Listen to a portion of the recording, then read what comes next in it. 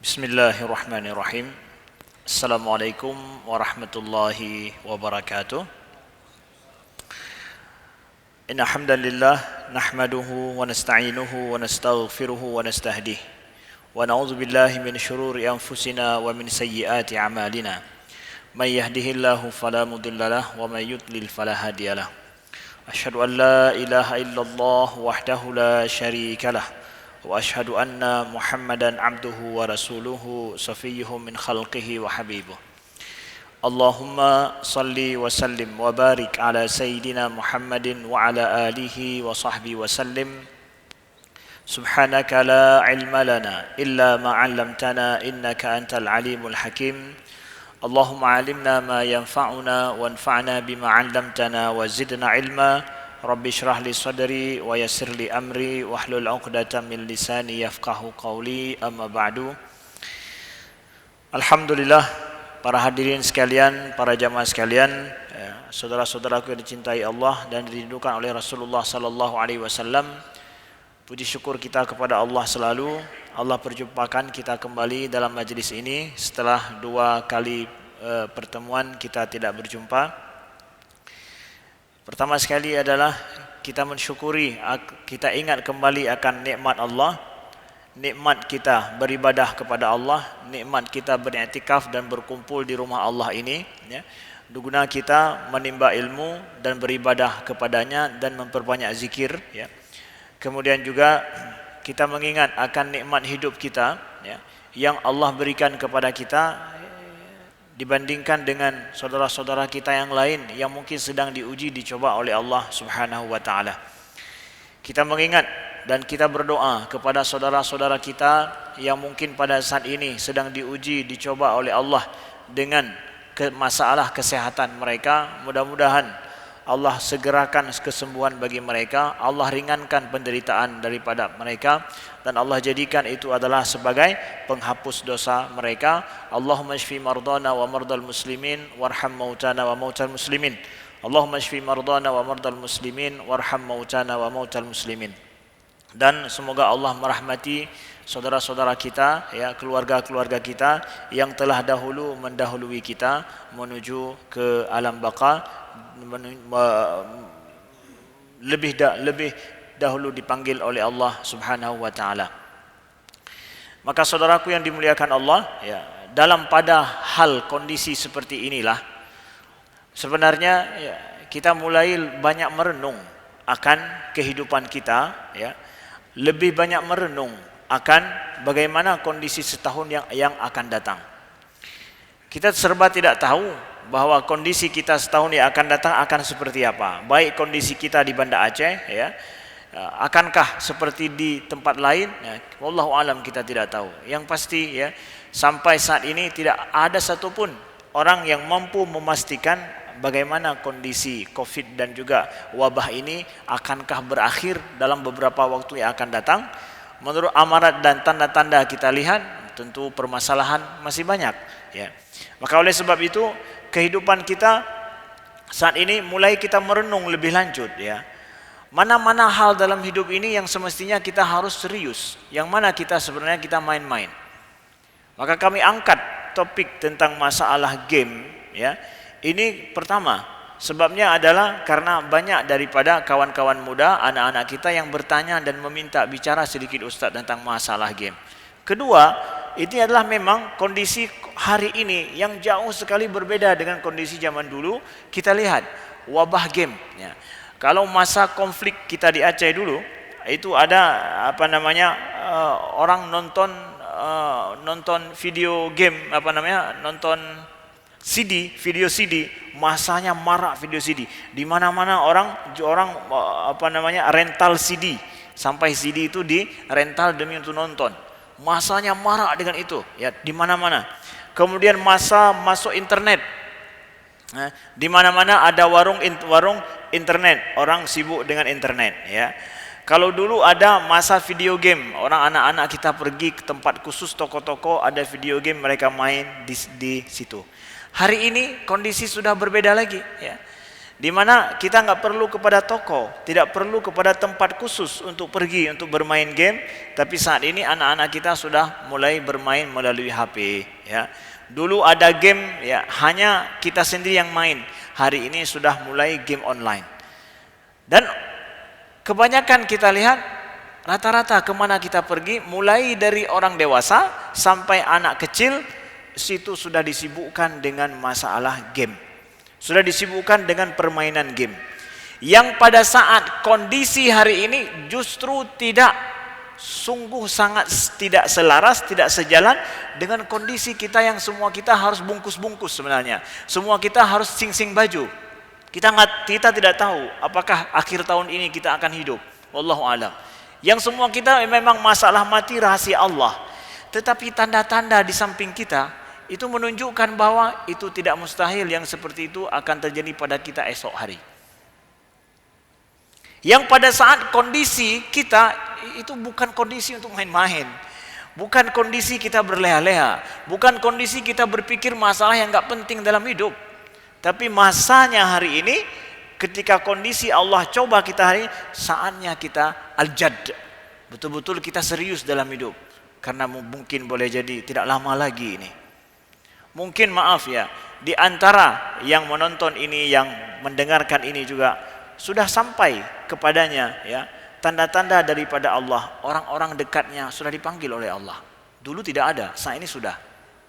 Termasuk dengan kami juga. Ya, abangda kami meninggal. Ya, mungkin di setiap kita itu ada seperti itu, merasakan perasaan itu. Bukankah itu sinyal daripada Allah? Bukankah itu tanda-tanda alamat yang ingin Allah sampaikan pada kita? Ya. Bahwa ini sedang masa hidup ini bukan lagi masa main-main ini, bukan main-main lagi. Tapi aneh, berbalik dengan kondisi masyarakat, justru maraknya game bukan main. Nah, ini mufarakah yang ingin kami sampaikan. Adanya persimpangan jalan yang sungguh tidak selaras dengan kondisi hidup kita. Pada saat kita harus serius dengan hidup, berpikir tentang hidup yang mungkin hanya beberapa hari, beberapa bulan bagi kita ini, justru masyarakat disibukkan dengan game. Aneh kan? Nah, inilah kenapa kami bicara masalah game. Nah, maka saudaraku yang dimuliakan Allah, ya. Wabah game yang terjadi saat ini, mungkin ini masuk sedikit pembahasan kita ke ranah fikih, ya. Tapi ini kami ingin sampaikan karena kepedulian kita terhadap masyarakat, masalah umat kita hari ini. Nah, saudaraku yang dimuliakan Allah, tentang masalah game, banyak macam versi daripada game. Nah, pernah kami ucapkan, kami sampaikan pada dalam khutbah di Masjid Raya sekitar akhir tahun lalu. Ya, kami bicara sedikit tentang permasalahan game. Kami lihat apa yang kami sampaikan itu kemudian viral. Nah, ini menunjukkan bahwa masyarakat menginginkan masalah ini dikupas, masalah ini disampaikan. Ini menjadi keresahan bersama.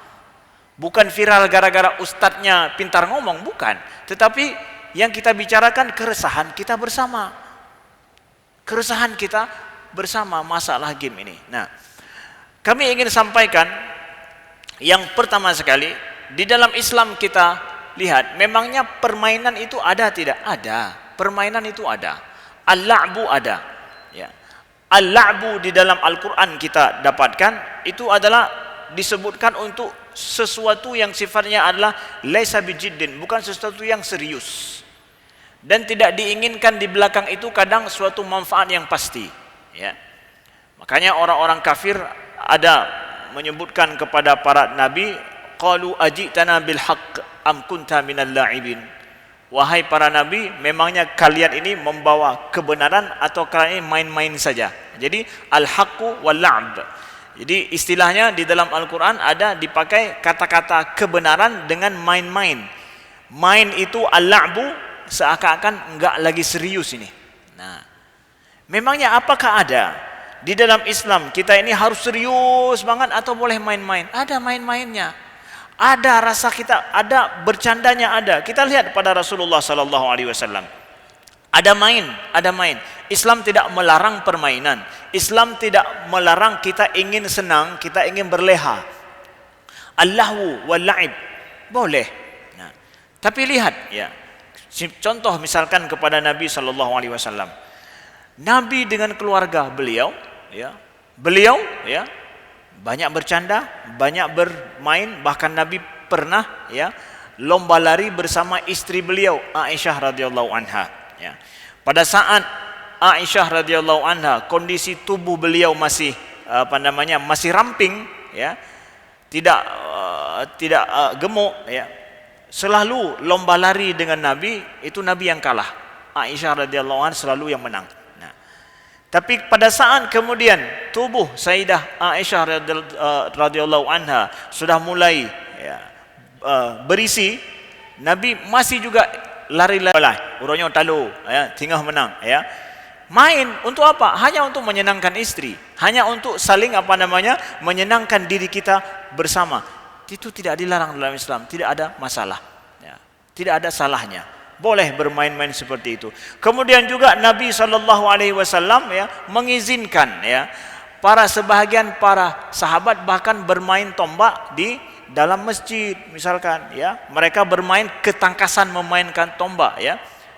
Nabi izinkan, kenapa? Sedang kondisi memang, ya, ini bukan setiap hari, tetapi mereka pada waktu-waktu tertentu. Begitu juga ketika hari raya, Nabi izinkan, ya, yang ada yang memukul rebana, enggak ada masalah, ini hari raya.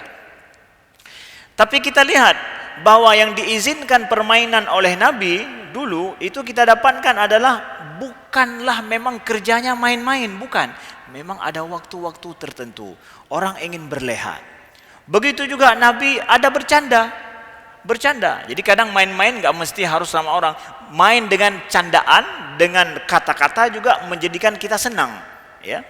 Rasulullah sallallahu alaihi wasallam, ya, bercanda juga dengan para sahabat, ya. Bercanda dengan para sahabat. Contoh misalkan Rasulullah sallallahu alaihi wasallam datang seorang wanita, ya, ada seorang laki-laki, datang, ya, minta untuk ikut perang bersama Nabi sallallahu alaihi wasallam. Kemudian Nabi bilang bahwa, ya, karena dia tidak memiliki onta, Nabi bilang bahwa aku naikkan pergi berperang di atas anak onta, kata Nabi. Boleh ikut perang, tapi kamu sendiri naik di atas anak onta. Jadi kan kalau pergi berperang ontanya harus kuat. Kata Nabi, kamu boleh ikut perang, tapi nanti kamu sendiri naik anak onta, kata Nabi. Ya Rasulullah, bagaimana saya pergi perang? Saya mengendarai anak onta yang kecil. Kata Nabi, bukankah semua onta itu anak onta? Hai penena onta rayu punya ke anu awai. Ya. Canda Nabi, tertawalah sahabat ini. Oh ya Rasulullah, semua onta yang besar itu kan anak onta juga, ya? Iya. Nah, kata Nabi. Bercanda Nabi, ya. Menyenangkan. Kemudian juga datang seorang wanita kepada Nabi sallallahu alaihi wasallam, ya. Tanya kepada Nabi, ya Rasulullah, ya, apakah aku yang sudah tua ini bisa masuk surga? Ya. Seorang wanita sudah tua datang pada Nabi, ya Rasulullah, apakah aku yang sudah tua ini bisa masuk surga? Kata Nabi, di surga tidak ada orang tua. Di surga tidak ada orang tua. Di surga tidak ada orang tua. Sedih, ya. Sedih, padahal Nabi ingin mencandai wanita ini. Ya Rasulullah, jadi saya tidak masuk surga. Kalau kamu masuk surga, kamu jadi muda. Kata Nabi sallallahu alaihi wasallam, tidak ada orang tua di surga, semua muda. Nah, bercanda Nabi bercanda, tapi tidak berdusta, jujur. Nah, jadi dengan perkataan kita bisa bermain untuk menyegarkan, merefresh. Nabi itu bagian daripada kehidupan Nabi sallallahu alaihi wasallam. Di dalam Islam tidak membenci permainan. Nah, ketika kemudian ada permainan yang dilarang di dalam Islam, itu menunjukkan ada sesuatu yang tidak sesuai dengan maksud Islam dan cara kita salah. Mulai kita lihat, ya, yaitu ketika para ulama dulu banyak membicarakan tentang masalah syatranju, catur, dan juga nardon ataupun dadu. Main dadu, kemudian main juga catur. Itu adalah permainan yang ada dulu. Itu para ulama menjelaskan dan mengklasifikasikan masalah hukumnya, ya. Kita dapatkan masalah main catur, masalah main dadu, kita dapatkan kebanyakan ulama itu mengharamkan. Ya, walaupun ada ulama yang di sana memperbolehkan untuk kita main dadu, main catur misalkan. Nah, ini permainan model dulu ya. Ya. Nah, kita dapatkan misalkan ya, ajma'al muslimun ala anna al-la'bu bisyatranj haramun idza kana ala 'audin aw tatadamman tarku wajib mislu ta'khiri shalah an waqtiha wa kadzalika idza tadammanat kadhiban aw dararan aw ghairu dzalika minal muharramat.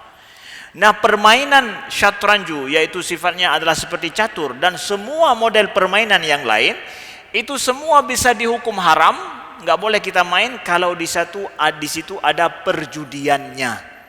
Ada perjudiannya. Kemudian baik syatranju, baik catur atau yang lain lagi bisa menjadi haram kalau seandainya orang memainkan permainan itu meninggalkan sholat, itu menjadi haram. Ya, meninggalkan sholat. Kemudian ada di situ unsur perjudian, itu nggak usah tanya tuh permainan apa aja, semua model permainan bisa menjadi haram, tidak perlu tanya pada ustadz lagi. Yang ada judinya di situ, meninggalkan sholat juga. Ustadz, yang main itu memang tidak sholat ustadz.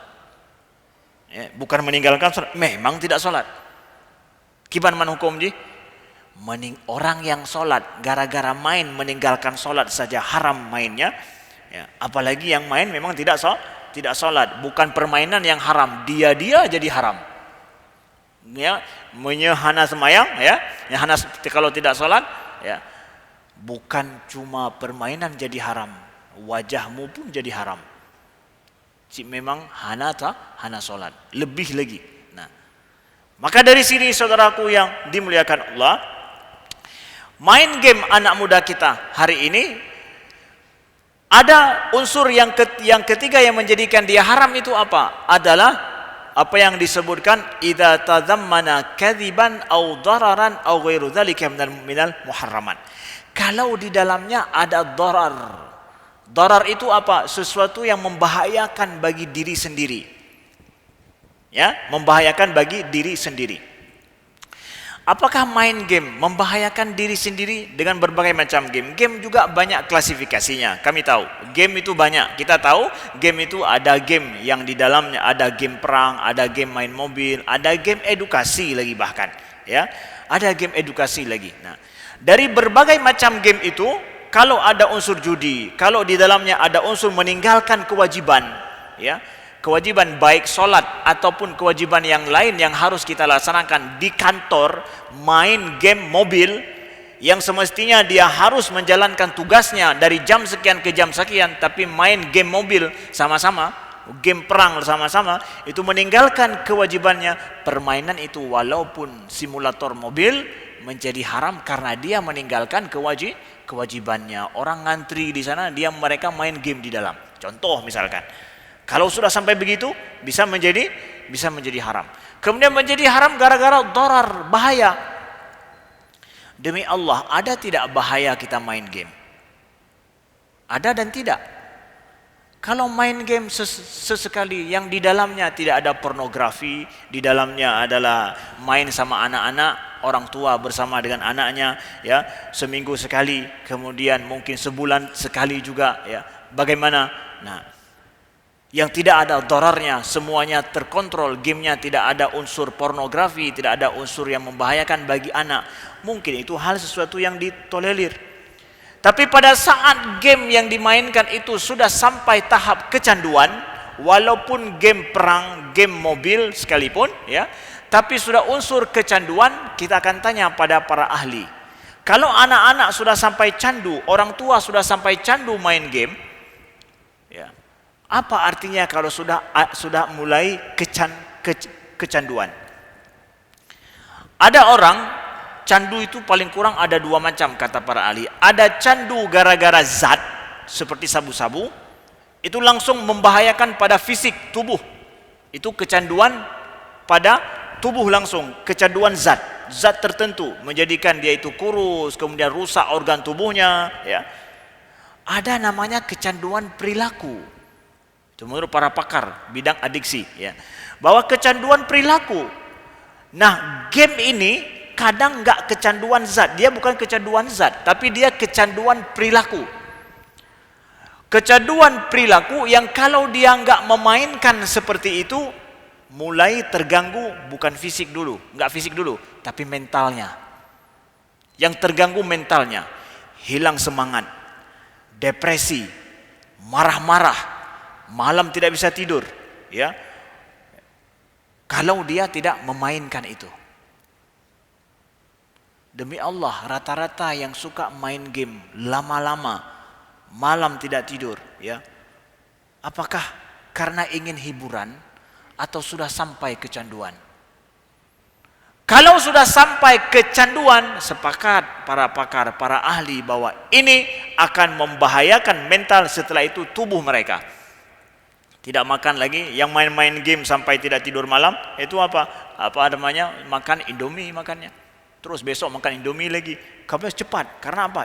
Ini nggak boleh kalah. Apalagi main grup, karena sekarang online. Mereka nggak main sendiri, mungkin di rumah, mungkin di kedai, mereka duduk rame-rame, main bersama dengan kawan-kawan, juga ada kawan di seluruh dunia lagi. Nah, itu makin tantangannya makin besar. Hanji pre, tapi ya. Igop hanai IGP hanji lawan. Ya. Kemudian menunggu penghargaan, menunggu naik level. Nah, itu. Yang kedua lagi, itu secara mental, darar. Setelah itu dia tinggalkan, masalah kuliahnya tidak dipikirkan lagi, masalah pekerjaan dengan orang tua sudah tidak dipikirkan lagi. Kenapa? Sudah masuk pada candu. Pada kecanduan. Kalau ditanya, Ustadz, memangnya anak muda kita itu kenapa suka main game mereka? Ada faktor yang sangat insani sekali. Lumrah kalau kita katakan, ya. Pertama, ya. Kenapa mereka suka main game? Dalam game itu ada unsur rasa ingin tahu. Rata-rata anak muda, remaja kita, anak-anak kita, dengan game ada rasa ingin tahunya. Nah, pelampiasan rasa ingin tahu itu pada game. Nah, mereka mendapatkan itu. Disitulah rasa ingin tahu mereka kemudian terjawab, walaupun sedikit. Nah, rata-rata anak muda lehai ingin tahu. Beda dengan orang tua. Orang tua lihat dari jauh saja, udah apa adanya hana perle. Tapi kalau anak-anak tidak, ada rasa ingin tahunya. Mereka ingin tahu apa? Dalam game itu ada rasa ingin tahu itu. Nah, kemudian dalam game ini ada apa dia? Di dalam game ini ada unsur, ya, kesenangan yang kemudian ada penghargaan. Menang, naik level. Kemudian dapat penghargaan baik berupa naik level ataupun bahkan dapat uang. Ya. Yang ini menyebabkan mereka suka kepada game tersebut. Nah, kita tahu adik-adikku, kawan-kawan yang masih muda, kalian suka game, kadang adalah pertama hanya ingin coba-coba, ingin tahu aja. Nah, jangan salah pakai unsur rasa ingin tahu kalian pada sesuatu yang sifatnya membuat kalian terjangkit penyakit kecanduan. Kalau sudah kecanduan, itu akan mengarah kepada sesuatu yang sifatnya haram, kalian akan susah lepas daripada itu. Maka rasa ingin tahu sekarang kelola. Rasa ingin tahu itu dengan apa? Banyaklah baca buku, banyak baca buku. Banyak baca buku, dengan baca buku rasa ingin tahu kalian lampiaskan di situ. Kalaupun ingin main game lah sesuatu yang ada edukasinya, yang kalian masih mampu mengontrol.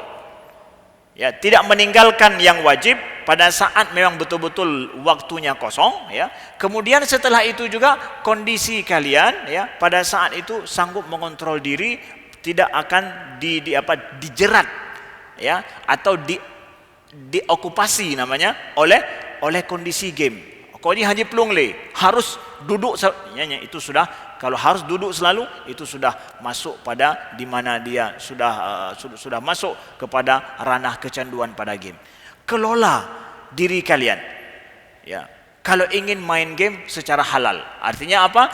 Game tidak ada unsur yang berbahaya, tidak ada pornografi, tidak ada kata-kata kotor di dalamnya, tapi ada unsur edukasi. Kemudian jangan sampai kalian kecanduan, jangan sampai main game kemudian menyebabkan kalian tinggalkan yang wajib. Kuliah nggak dipikirkan lagi, jangan. Nah, ini harus menjadi perhatian kita. Nah, kemudian saudaraku yang dimuliakan Allah, ada yang nanya tentang permasalahan. Nah, Ustadz, saya punya kawan saya utangnya banyak, tapi karena dia nih sudah berbisnis dengan game, nah, sekarang omsetnya dan juga bisnisnya luar biasa, hutangnya terlunasi, sebulan bisa puluhan juta dia dari menjual koin atau menjual chip. Ya. Bagaimana pendapatan itu? Nah, pendapatan itu akan diukur kepada apa? Diukur kepada model bisnis yang dibuat. Bisnis game. Nah, apakah game ini menjadikan merusak generasi muda kita atau tidak? Dalam hal ini kita melihat kepada fatwa-fatwa para ulama, para pakar dalam permasalahan ini. Rata-rata semua menyebutkan bahwa ada 3 hal yang menjadikan bisnis game ini haram, tidak halal jadinya. Pertama apa? Yang pertama adalah karena pada game ini rata-rata secara umum menurut para pakar, orang yang main game apalagi sampai beli koin, beli chip game itu untuk naik level sudah pakai uang, itu rata-rata mereka kecanduan. Mereka yang sudah pakai uang untuk main game itu sudah sampai pada kecanduan. Berarti bisnis saya lancar kalau banyak yang candu. Kalau sudah banyak yang candu game, bisnis saya lancar. Maka pendapatan saya itu saya dapatkan pada saat merusak anak-anak yang lain yang main game tersebut. Jadi bisnis itu tidak halal adanya. Karena candu itu menjadi rusak bagi anak-anak. Dan saya dapat uang banyak pada saat rame orang kecanduan pada game, menjadikan dia tidak halal. Satu. Yang kedua adalah yang menjadikan bisnis ini tidak halal apa? Karena bisnis ini, ya, game itu ada game judinya, ada judinya. Banyak game seperti Hig Domino itu, ya, luar biasa. Itu adalah judi. Orang beli chip dan yang lain kadang itu adalah untuk main judi dengan game tersebut. Hal ini menjadikan bisnis game tersebut menjadi tidak halal karena mereka beli koin atau beli yang sifatnya mau top up game demi untuk mereka main judi. Makin banyak orang ketagihan pada game, bisnis semakin lancar, laba semakin banyak. Maka dari sinilah masalah bisnis top up game seperti itu, ya, atau bisnis jual beli koin untuk itu, para ulama kita menyatakan saat ini itu tidak halal, saudaraku yang dimuliakan Allah, karena imbas game tersebut akan merusak generasi kita, ya. Dan jelas kita dapatkan saat ini betul-betul masalah ini masalah besar yang dihadapi oleh umat ini tentang permasalahan game itu. Nah, jadi ini mudah-mudahan menjadi perhatian kita, tidak akan menjadikan dia itu halal bisnis tersebut. Tapi Ustadz, dia kan udah berhasil bayar hutang. Memangnya boleh bayar hutang dengan segala bisnis yang haram? Boleh? Tidak. Tidak boleh. Hanya gara-gara misalkan kita punya hutang, hanya gara-gara itu kemudian bisnis itu kita anggap hebat, gara-gara apa? Sanggup membayar hutang. Bayar hutanglah dengan cara yang halal. Karena uang yang haram tersebut akan menjadi penyakit, akan jadi masalah bagi kita. Kata Nabi SAW bahwa uang yang haram tersebut kalau seandainya disedekahkan, la yubarikullahu fihi, Allah tidak akan memberkahinya dengan sedekah itu, ya. Kemudian kalau seandainya dia simpan uang haram itu, uang tidak halal, itu akan mendekatkan dirinya ke neraka. Jadi uang haram itu disedekahkan dianggap sebagai sayyi'ah, membawa kepada dosa, ya. Kemudian kalau disimpan, dia kemudian akan dengan simpanan lama kita simpan itu akan menjerumuskan kita ke dalam neraka walaupun enggak kita pakai. Jadi jangan bermain-main dengan uang yang haram, pendapatan yang haram, saudaraku yang dimuliakan Allah. Nah, ini harap menjadi perhatian pada saat kita saat ini. Sama-sama kita, ya, Kondisi kita saat ini harus harus kita pahami sesuai dengan hadis Nabi sallallahu alaihi wasallam daripada Abdullah ibnu Umar. Hadis yang sahih. Apa itu? Kun fid dunya ka'annaka gharibun aw 'abiru sabil. Kata Nabi, jadilah kalian di dunia ini ka'annaka gharib, seperti orang asing, aw 'abiru sabil, atau orang yang sedang melakukan perjalanan, melintas di jalan. Maknanya apa? Abdullah ibnu Umar menjelaskan, beliau bilang apa? Wa idza amsayta fala tantadiru sabah, fala tantadiri sabah, wa idza asbahta fala tantadiril masa. Ya, kalau seandainya engkau sudah sore, jangan tunggu pagi. Kalau pagi, jangan tunggu sore. Ya, khud li sihatika limaradika wa min hayatika limautika. Maknanya itu. Maknanya apa? Jadilah di dunia ini seperti orang dalam perjalanan. Ya, seperti orang dalam perjalanan. Atau orang yang sedang melintas. Enggak banyak menunggu. Yang main game itu nunggu enggak? Enggak ada nunggu, Ustaz, sibuk. Ya, sibuk dia. Tapi sibuk dengan sesuatu yang enggak berguna bagi akhirat kita. Enggak berguna bagi akhirat kita. Pada saat Covid seperti ini, wabah musibah kita saat ini terjadi, bukan masanya kita berleha-leha dengan sesuatu yang enggak berguna, saudaraku yang dimuliakan Allah, adik-adikku sekalian. Bukan masanya seperti itu. Kita harus paham, kita harus tahu. Nah, kemudian ya, khud min sihatika limaradika. Lihat kondisimu sehat, pergunakan sebelum engkau sakit. Kata Abdullah Ibnu Umar menjelaskan hadis ini. Nasihat beliau, engkau hari ini masih sehat, maka ambillah kesehatanmu itu sebelum engkau sakit. Dan lihatlah hidupmu sebelum engkau mati. Itu makna hadis tersebut. Kata Nabi sallallahu alaihi wasallam, jadilah di dunia ini seperti orang terasing. Orang sedang melintas di jalan. Maknanya apa? Masih sehat, sekarang jangan tunggu-tunggu. Berbuatlah sebelum engkau sakit.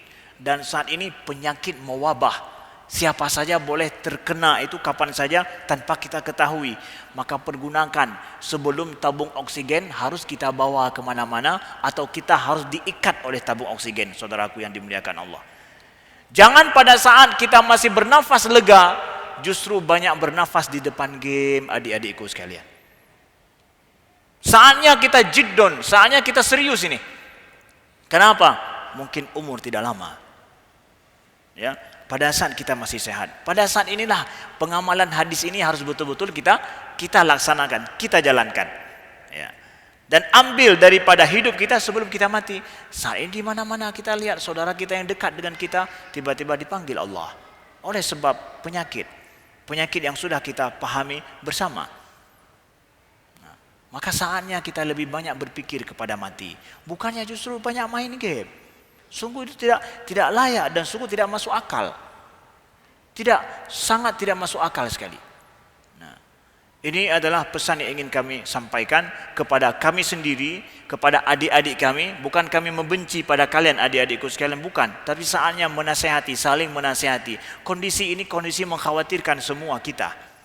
Maka ambillah sedikit umurmu yang masih segar saat ini, pergunakan itu untuk amalmu, untuk ibadahmu, untuk akhiratmu. Ya. Kata Allah dalam hadis qudsi, saya lupa ini ya. Yaitu tafarraq li ibadati amla qalbaka ghinan wa asuddu faqrak, kata Allah dalam hadis qudsi. Tafarraq li ibadati, betul-betullah seriuslah kalian beribadah kepadaku, kata Allah. Amla sadraka ghinan wa asuddu faqrak, maka aku akan penuhi dadamu dengan kekayaan dan aku akan tutupi kefakiranmu. Hadis qudsi riwayat Imam Tirmizi. Ya. Apa itu kata Allah dalam hadis qudsi ini?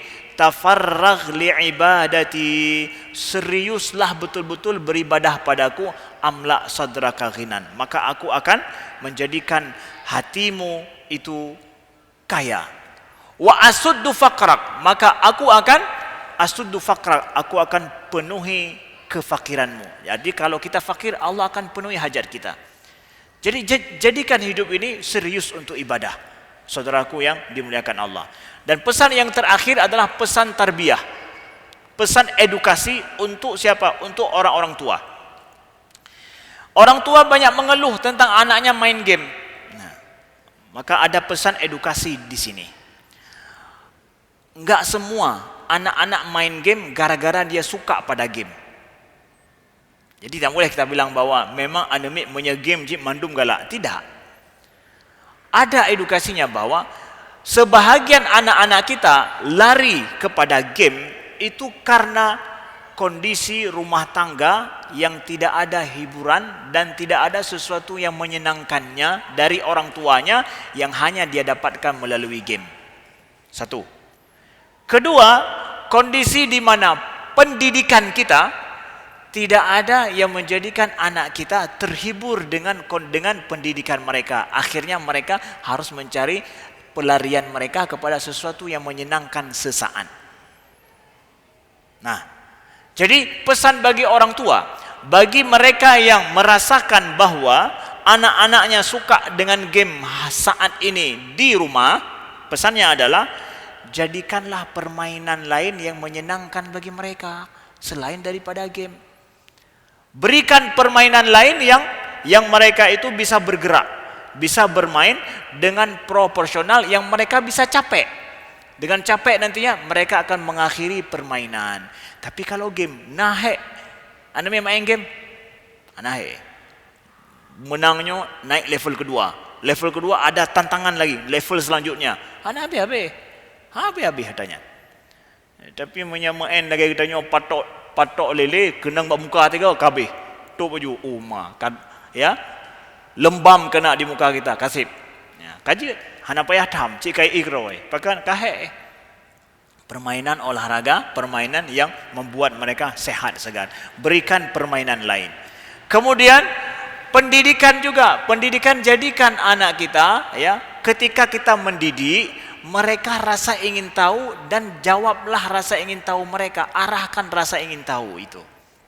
Kepada para guru-guru kami, guru-guru kita, arahkan anak-anak kita, rasa ingin tahu mereka bukan justru mereka melampiaskan pada game, tapi mereka ada rasa ingin tahu yang lain pada buku bacaan mereka, kemudian pada praktek-praktek di lapangan yang menjadikan mereka ada rasa ingin tahu terlampiaskan ke sana. Jadi ini yang menjadikan kadang enggak semua anak suka pada game, tapi pelarian daripada depresi di rumah, orang tua yang kurang menghibur anaknya, mereka tidak mendapatkan hiburan daripada orang tuanya, akhirnya mereka bermain game sebagai pelarian. Hana tepu pegal lain. Dan yang ketiga, kenapa main game? Karena apa? Hana tepu pegal lain waktu kosong.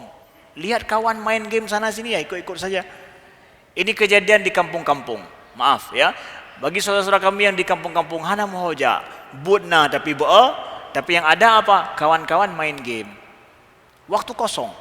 Banyaknya waktu kosong ini yang menjadikan kenapa kemudian wabah game ini terjadi.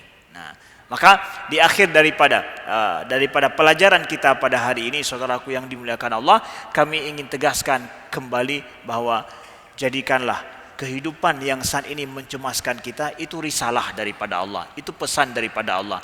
Hidup hari ini hidup mencemaskan.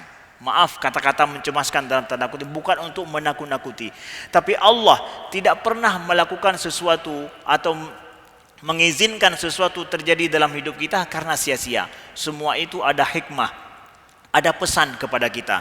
Saudara kita yang meninggal mungkin karena COVID, mereka mendapatkan insya Allah pahala fi sabilillah. Mereka mendapatkan pahala syahid di jalan Allah. Mereka akan dapatkan pahala itu. Itu dijanjikan oleh Allah. Ada kebaikan bagi mereka. Sekarang saya yang masih sehat, kita yang masih hidup, apa kebaikan kita daripada kejadian itu? Apa kebaikan bagi saya? Hana taubat cik long, hana serius masih hidup juga. Inilah dia pesan yang harus sampai kepada kita, saudaraku yang dimuliakan Allah.